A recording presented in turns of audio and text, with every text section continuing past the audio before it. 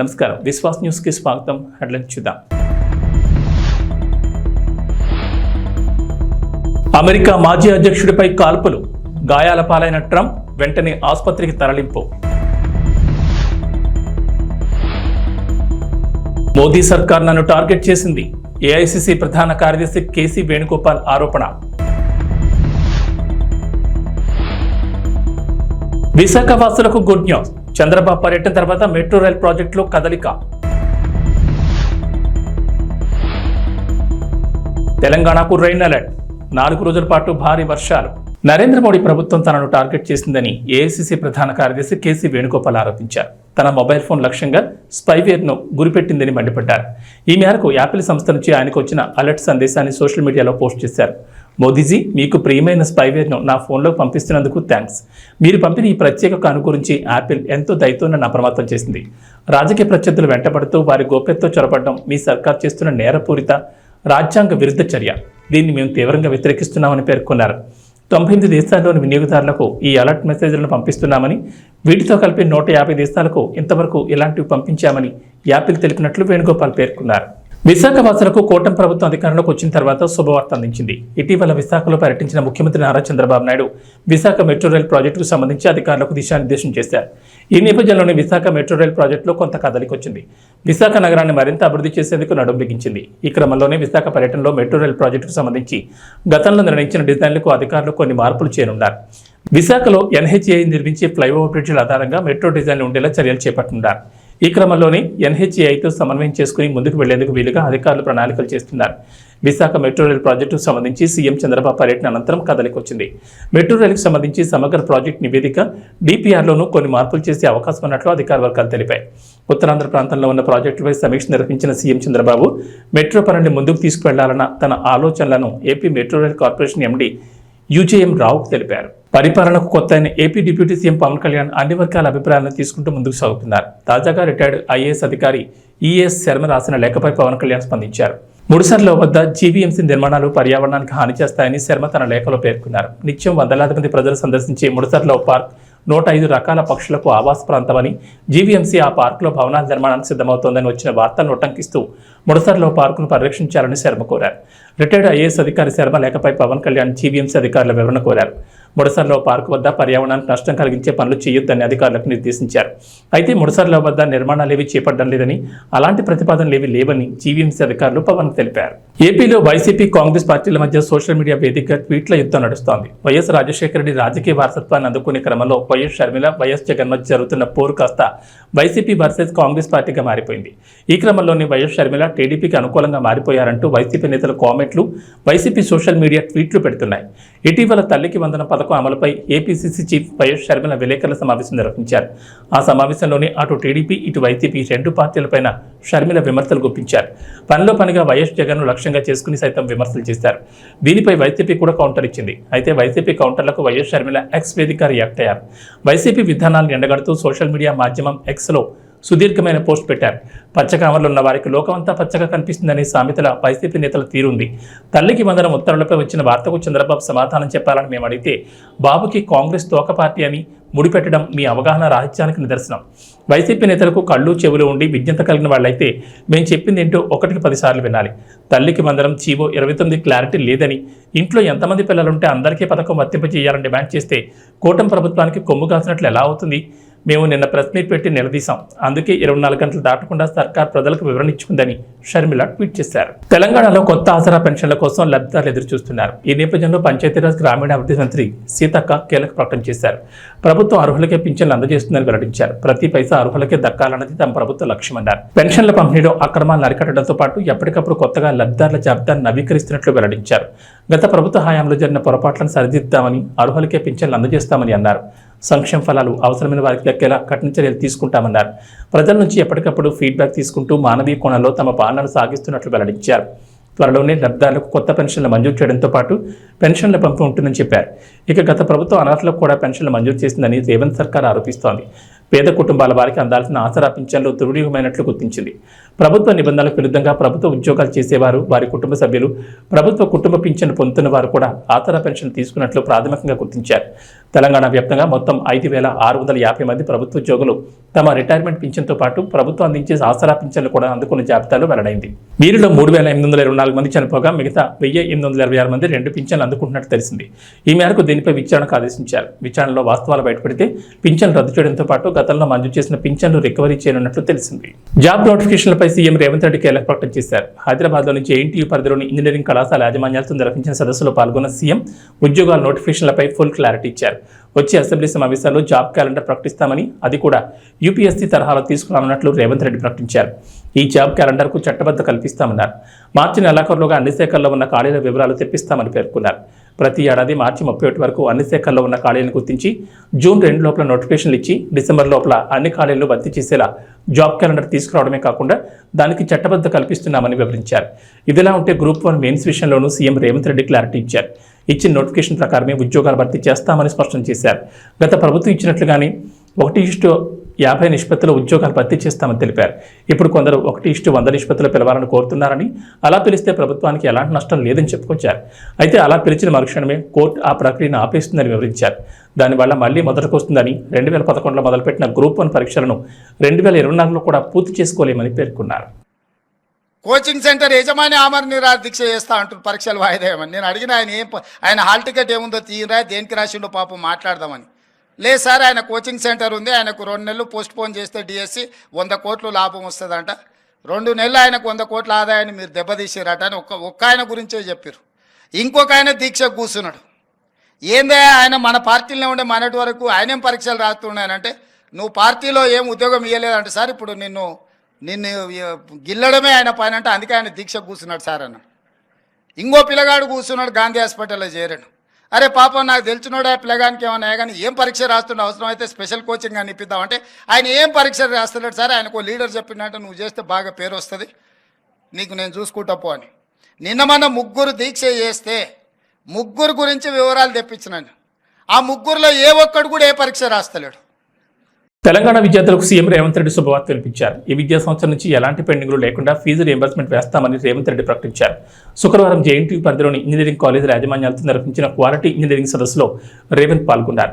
ఈ సందర్భంగా ప్రసంగించిన Revanth Reddy interesting comment చేశారు. దేశంలో తొలిసారి ఫీజు రియంబర్స్మెంట్ విధానం ప్రవేశపెట్టింది కాంగ్రెస్ ప్రభుత్వమేనని రేవంత్ రెడ్డి చెప్పుకొచ్చారు.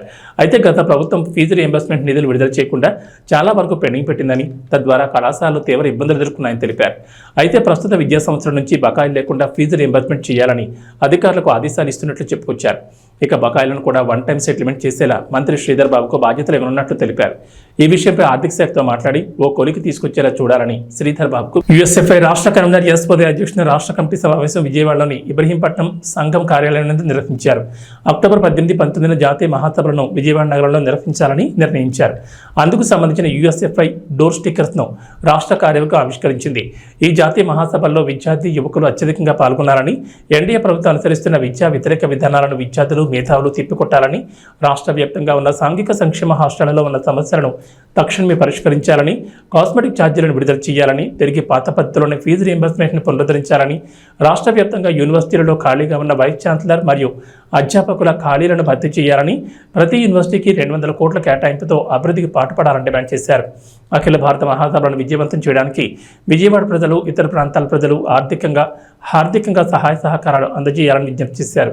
ఈ సమావేశానికి వివిధ జిల్లాల నుంచి విద్యార్థి నాయకులు హాజరయ్యారు.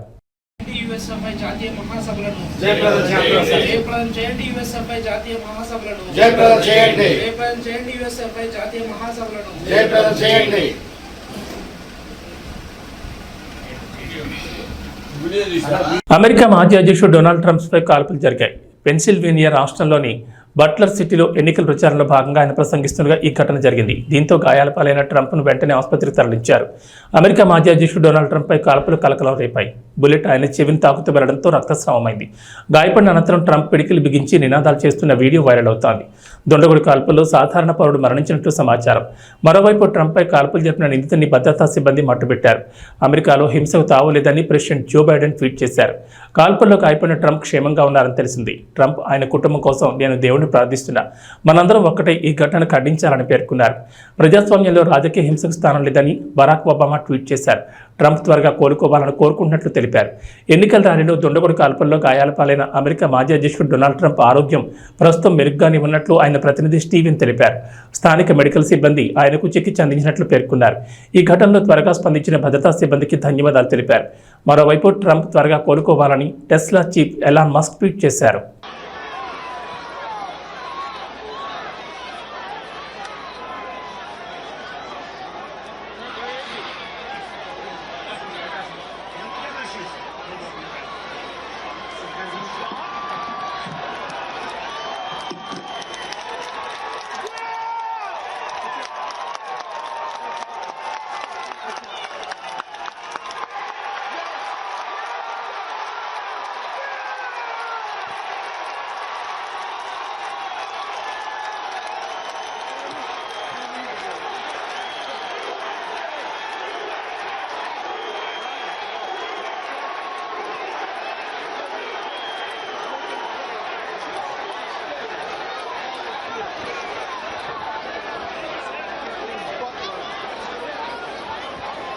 ముగ్గురు దీక్ష చేస్తే దాంట్లో ఒక్కరు కూడా ఏ పరీక్ష రాయట్లేదు. కోచింగ్ సెంటర్ యజమాని పరీక్ష వాయిదా వేయమని ఆమరణ నిరాహారదీక్ష చేస్తున్నాడు. నేను ఆయన ఏ పరీక్ష రాస్తున్నాడని అడిగితే ఆయనకి కోచింగ్ సెంటర్ ఉంది, 2 నెలలు డిఎస్సి పోస్ట్ పోన్ చేస్తే 100 కోట్ల లాభం వస్తుందని చెప్తున్నారు.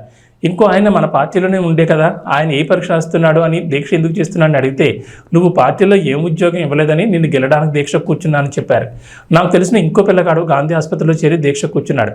ఏం పరీక్ష రాస్తున్నాడు, అవసరమైతే స్పెషల్ కోచింగ్ ఇప్పిద్దామని అడిగితే ఆయన ఏం పరీక్ష రాయట్లేదు, ఒక లీడర్ చెప్పిండట చేస్తే పేరు వస్తుందని అందుకు చేస్తున్నాడని చెప్పారు సీఎం రేవంత్ రెడ్డి.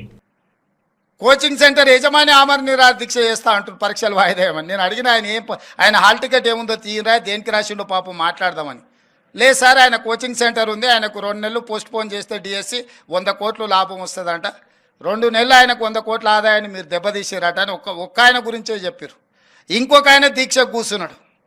ఏందే ఆయన మన పార్టీలో ఉండే మనటి వరకు ఆయనేం పరీక్షలు రాస్తున్నాయనంటే నువ్వు పార్టీలో ఏం ఉద్యోగం ఇవ్వలేదంటే సార్ ఇప్పుడు నిన్ను గిల్లడమే ఆయన పైన అంటే అందుకే ఆయన దీక్ష కూర్చున్నాడు సార్ అన్నాడు.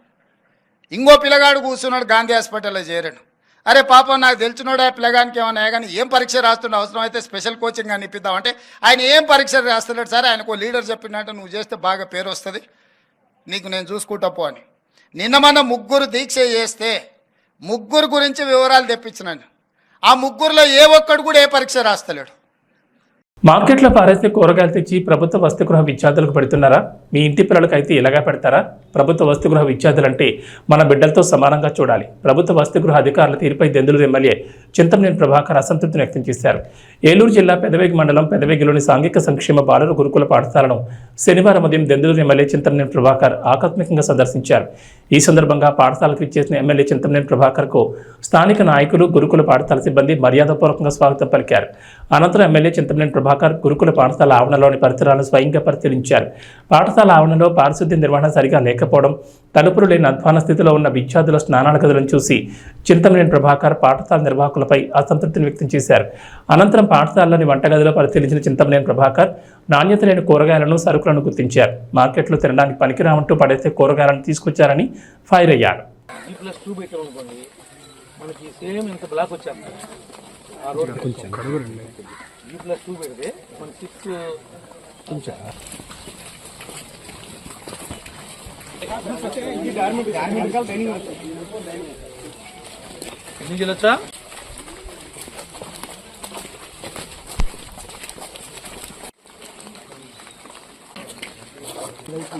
మీకు బాధ్యత లేదా?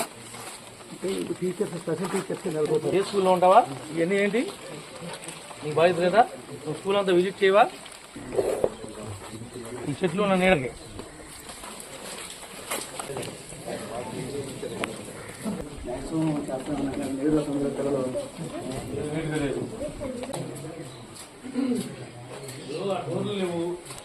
సార్ ఇవన్నీ వీడియో తీసి ఫోటో తీసి పెట్టు.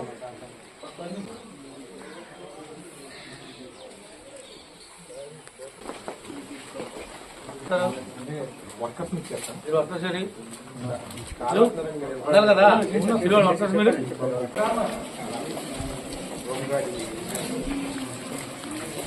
పోటీ చేసినాడు.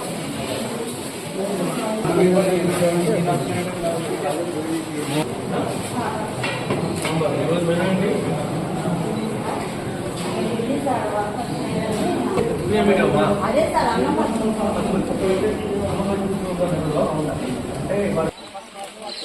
ఎవరు సప్లై రావడేది?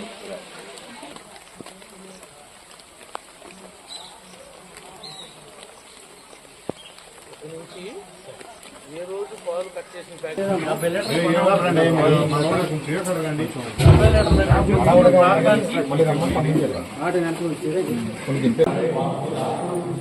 నలభై ప్యాకెట్లు తెచ్చి పిల్లలకు పాలు రైస్ బాగున్నాయా?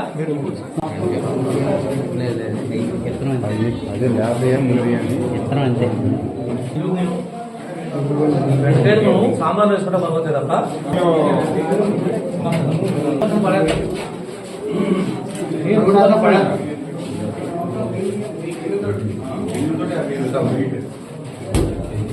అలాంటి ఇన్స్పెక్షన్ లేకుండా మీ పర్యవేక్షణ లేకుండా ఈ రకమైనటువంటి పద్ధతుల్లో మీరు నడిపేటట్టయితే కనుక చదువుకోవచ్చు. మీరు కూడా ఇంకా బెండకాయలు ఏంటి, ఆనకాయ ఏంటి, రోడ్డు పక్కన పడేసి కాయలు కొని తీసుకొచ్చి పిల్లలు పెడతారా మీరు?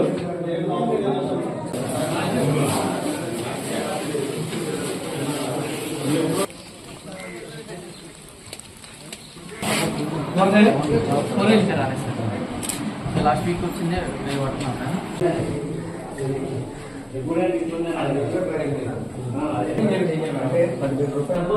గవర్నమెంట్ పంపించాల్సిందా? వాటర్ ప్లాంట్ మామూలు ఇంటర్వ్యూ టైంలో ఆ టైంలో మళ్ళీ మంచి చేస్తారు కదా.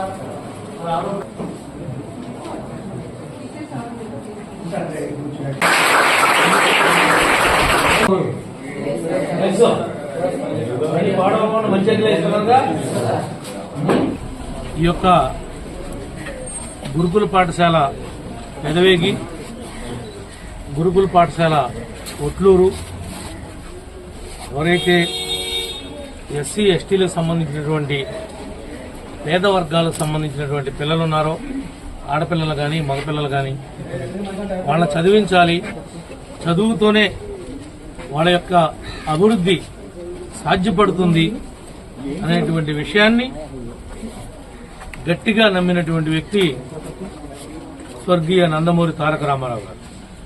ఆయన పెట్టినటువంటి ఈ గురుకులాలే ఈనాడు నడుస్తూ ఉన్నాయి.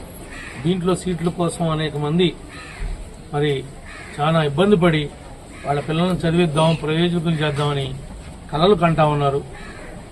ఇప్పుడు పెదవేగిలో ఉన్నటువంటి 650 మందికి సరిపడా మగపిల్లలకి 5th క్లాస్ నుంచి ఇంటర్మీడియట్ వరకు ఉంది. మరొక 5th క్లాస్ నుంచి ఇంటర్మీడియట్ వరకు మరొక మగపిల్లలకి 650 మందికి. ఒట్టూరులో ఎంత మేడం వస్తుందో అక్కడ కూడా 640 మందికి ఆడపిల్లలకు ఉంది. మరొక 640 మంది ఆడపిల్లలకు కూడా అక్కడ అవకాశం ఏర్పడే విధంగా ప్రయత్నం చేస్తాం. 2019లో నేను ఎమ్మెల్యేగా ఉన్నప్పుడు ఇదే పాఠశాలలో అదనంగా 5th క్లాస్ కాడి నుంచి ఇంటర్మీడియట్ వరకు సెక్షన్ వైజ్ పెంచుకుంటూ వెళ్ళడం కోసం నేను అనుమతి తీసుకొచ్చాను. ఎక్కడ అది కార్యరూపం ఇప్పుడు ఈనాటి వరకు కూడా దాల్చలేదు. ఇక్కడ ఉన్నటువంటి ప్రిన్సిపల్ వారు కానీ, డీసీ గారు కానీ, స్టాఫ్ కానీ, సిబ్బంది కానీ మీరు ప్రత్యేకంగా దృష్టి పెట్టాల్సినటువంటి అవసరం ఉంది. ఎక్కడ పాలల్లో ఒక్క చుక్క నీళ్లు కడవకూడదు. నాణ్యమైనటువంటి కూరగాయలను వాడాలి, నాణ్యమైనటువంటి వాళ్ళకి చికెన్ పెట్టాలి, గుడ్డు పెట్టాలి, ఫ్రూట్ పెట్టాలి. మెనూలో ఏమాత్రం రాజీ పడినా మరి మా సర్పంచ్ గారు ఎప్పుడైనా విజిట్ చేస్తాడు. జాగ్రత్తగా పిల్లల్ని తీర్చిదిద్దుతారని మనస్ఫూర్తిగా ఆశిస్తూ మీ అందరి దగ్గర సెలవు. మంత్రి నిమ్మల రామానాయుడికి పుష్పగుచ్చం అందజేసి స్వాగతం పలికారు పురపాలక శాఖ మంత్రి డాక్టర్ పొంగూరు నారాయణ. జిల్లాలోని జలాశయాలను పరిశీలించేందుకు తొలిసారిగా రాష్ట్ర జలవనరుల శాఖ మంత్రి నిమ్మల రామానాయుడు నెల్లూరుకు ఇచ్చేశారు. నెల్లూరు ఆర్ఎన్బి గెస్ట్ హౌస్ లో విడుదల చేసిన మంత్రిని నెల్లూరు జిల్లా మంత్రులు డాక్టర్ పొంగూరు నారాయణ, ఆనం రామనారాయణ రెడ్డి మర్యాదపూర్వకంగా కలిసి పుష్పగుచ్చం అందజేసి శాలువాలతో సత్కరించి ఘన స్వాగతం పలికారు. అనంతరం పలు విషయాలతో పాటు జిల్లాలో ఉన్న జలవనరులపై సుదీర్ఘంగా చర్చించుకున్నారు. వారి వెంట ఎంపీ వేమిరెడ్డి ప్రభాకర్ రెడ్డి, జాతీయ ప్రధాన కార్యదర్శి బేత రవిచంద్ర, ఎమ్మెల్యేలు సోమిరెడ్డి చంద్రమోహన్ రెడ్డి, దగ్గుబాటి కృష్ణారెడ్డి, వేమిరెడ్డి ప్రశాంత్ రెడ్డి, జిల్లా అధ్యక్షుడు అబ్దుల్ అజీజ్తో పాటు జిల్లా కలెక్టర్ ఆనంద్ ఉన్నారు.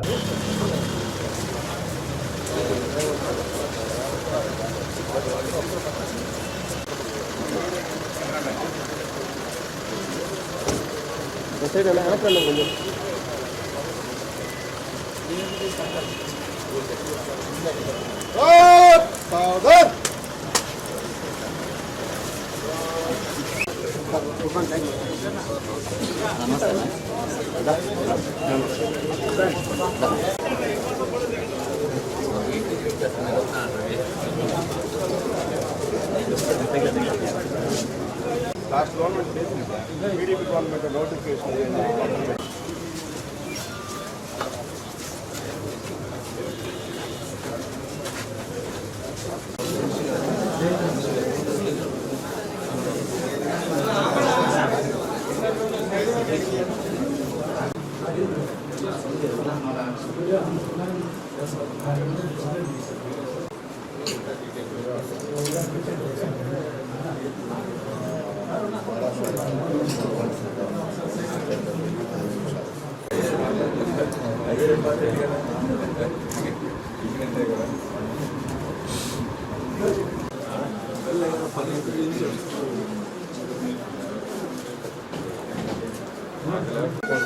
అన్న సైడ్ అన్న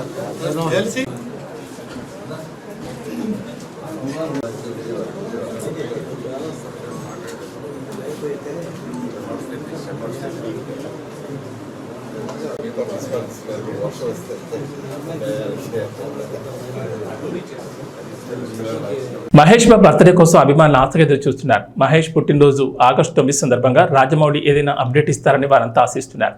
మహేష్ సైతం టోటల్గా జక్కని చెప్పిన స్టైల్లోకి మారిపోతున్నాడు. బాడీ పెంచేస్తున్నాడు అనిపిస్తోంది. లుక్ అయితే పూర్తిగా మార్చేస్తున్నట్లుగా కనిపిస్తోంది. SSMB 29కి సంబంధించిన అప్డేట్ బర్త్డే సందర్భంగా వస్తుందా అని అభిమానులు అయితే ఆరాలు తీస్తున్నారు. ఈ క్రమంలో ఓ వార్త నెట్టింట్లోకి వచ్చేసింది. మహేష్ బాబు బర్త్డే సందర్భంగా ఒక సినిమాను రిలీజ్ చేయడం ఆనవాయితీగా వస్తోంది. ఇలానే రిలీజ్ చేసిన మహేష్ బాబు ఒకడు, పోకిరి, బిజినెస్ మ్యాన్ సినిమాలు బ్లాక్ బస్టర్లుగా నిచ్చాయి. ఈసారి మురారి రిలీజ్ చేస్తారని అంతా అన్నారు. ఈ మేరకు 4K ప్రింట్ రెడీ చేస్తున్నారని వార్తలు వచ్చాయి. మళ్ళీ ఇప్పుడు అతిథిని రిలీజ్ చేస్తున్నారని చెప్తున్నారు. అతిథి ఆ టైంలో అంతగా ఆడలేదు. మహేష్ లుక్స్ మీద కూడా అప్పట్లో విమర్శలు వచ్చాయి. Surender Reddy making, taking full స్టైలిష్గా ఉన్నా కూడా ఆ సినిమా ఎక్కడో తేడా కొట్టేసింది. విపరీతమైన అంచనాల మధ్య ఈ చిత్రం రావడంతో ఆ స్థాయి హిట్ సాధించలేకపోయింది. కానీ మహేష్ బాబుని చాలా కొత్తగా ప్రజెంట్ చేశాడన్న నేమ్ అయితే సురేందర్ రెడ్డికి వచ్చింది. అలాంటి సినిమాను ఇప్పుడు మళ్ళీ రిలీజ్ చేసేందుకు ప్రయత్నిస్తున్నారట. మహేష్ బాబు ఇప్పుడు రాజమౌళి సినిమా కోసమే కష్టపడుతున్న సంగతి తెలిసిందే. బయటి ఫంక్షన్లకు ఆయన రావడం లేదు. ఫ్యామిలీతో ఇప్పుడే వెకేషన్లు అంటూ తిరిగేస్తున్నాడు. ఒకసారి రాజమౌళి సినిమా మొదలైతే వెకేషన్లకు వెళ్ళడం కష్టమన్న సంగతి తెలిసిందే. అందుకే దొరికిన ఈ టైంని ఫ్యామిలీతో హాయిగా గడిపేస్తున్నాడు. అంబానీ పెళ్లి వేడుకల్లో మహేష్ కనిపించిన తీరుకు అందరూ యానిమల్ మూవీని గుర్తు చేసుకుంటున్నారు. మహేష్ బాబుతో సందీప్ వంగాను ఓ ప్రాజెక్ట్ సెట్ చేసుకోమని అభిమానులు కోరుతున్నారు. ఇంగ్లాండ్ వేదికగా జరిగిన world championship of legends 2024 tourney విజేతగా ఇండియా ఛాంపియన్స్ అవతరించింది. బర్మింగ్ హోమ్ వేదికగా జరిగిన ఈ తుది పోరులో భారత్ జట్టు పాకిస్తాన్ ఛాంపియన్స్ ను చిత్తు చేసింది. దీంతో టైటిల్ సాధించింది. ఈ మ్యాచ్లో తొలుత బ్యాటింగ్ చేసిన పాకిస్తాన్ ఛాంపియన్స్ నిర్ణీత 20 ఓవర్లలో 6 వికెట్ల నష్టానికి 156 పరుగులు చేసింది. అనంతరం భారత్ మరో 5 బంతులు మిగిలి ఉండగానే 5 వికెట్లు కోల్పోయి లక్ష్యాన్ని ఛేదించింది. ఈ మ్యాచ్లో టాస్ గెలిచిన పాకిస్తాన్ ఛాంపియన్స్ కెప్టెన్ యూనిస్ ఖాన్ తొలుత బ్యాటింగ్ ఎంచుకున్నాడు. అయితే టాస్ గెలిచి బ్యాటింగ్ ఎంచుకున్న జట్టుకు ఇన్నింగ్స్ సాఫీగా సాగలేదు. వరుసగా వికెట్లు కోల్పోయిన జట్టు కష్టాల్లో పడింది. భారత బౌలర్లు కట్టుదిట్టంగా బంతులేయడంతో పాకిస్తాన్కు పరుగులు రావడం కష్టమైంది. షోయబ్ మాలిక్ 36 బంతుల్లో 41 రన్స్ చేసి టాప్ స్కోరర్గా నిలిచాడు. భారత బౌలర్లో అనురీత్ సింగ్ 3 వికెట్లు తీగా వినయ్ కుమార్, పవన్ నేగి, ఇర్ఫాన్ పఠాన్ 1 వికెట్ పడగొట్టారు. టోర్నీలో మెరుగైన ప్రదర్శన చేసిన పాకిస్తాన్ భారత్తో మ్యాచ్ అనేసరికి మరోసారి ఒత్తిడికి చిత్తైంది. లీగ్ దశలో ఆ జట్టు చేతిలో ఎదురైన పరాభవానికి భారత జట్టు ప్రతీకారం తీర్చుకుంది. ఇక వాతావరణ విషయానికి వస్తే తెలంగాణకు హైదరాబాద్ వాతావరణ కేంద్ర అధికారులు రెయిన్ అలర్ట్ జారీ చేశారు. ఇవాటి నుంచి 4 రోజుల పాటు వర్షాలు కురుస్తాయని చెప్పారు. నైరుతి రుతుపవనాల విస్తరణకు తోడు ధోని ప్రభావంతో రాష్ట్ర వ్యాప్తంగా 4 రోజుల పాటు వర్షాలు కురుస్తాయని చెప్పారు. నేటి నుంచి బుధవారం వరకు వర్షాలు ఛాన్స్ ఉందని చెప్పారు. కొన్ని జిల్లాల్లో భారీ వర్షాలు కురిసే అవకాశం ఉందన్నారు. ఇవాళ సంగారెడ్డి, మెదక్, కామారెడ్డి, మహబూబ్నగర్, నాగర్ కర్నూలు, నిర్మల్, నిజామాబాద్, వికారాబాద్ జిల్లాలో భారీ వర్షాలు కురుస్తాయని పేర్కొన్నారు. గంటకు 30 నుంచి 40 కిలోమీటర్ల వేగంతో ఎదురుగాలు వీస్తాయన్నారు. ఉరుములు, మెరుపులతో తోడు పిడుగులు పడే అవకాశం ఉందని అప్రమత్తంగా ఉండాలన్నారు. పొలం పనులకు వెళ్లేవారు చెట్ల కింద ఉండకూడదని సూచించారు. ఇక సోమవారం మెదక్, కామారెడ్డి, జనగామ, సిద్దిపేట జిల్లాలోని కొన్ని ప్రాంతాల్లో భారీ వర్షాలకు ఎక్కువగా అవకాశాలున్నాయన్నారు. ఇవి బులెటిన్ విశేషాలు. నమస్కారం.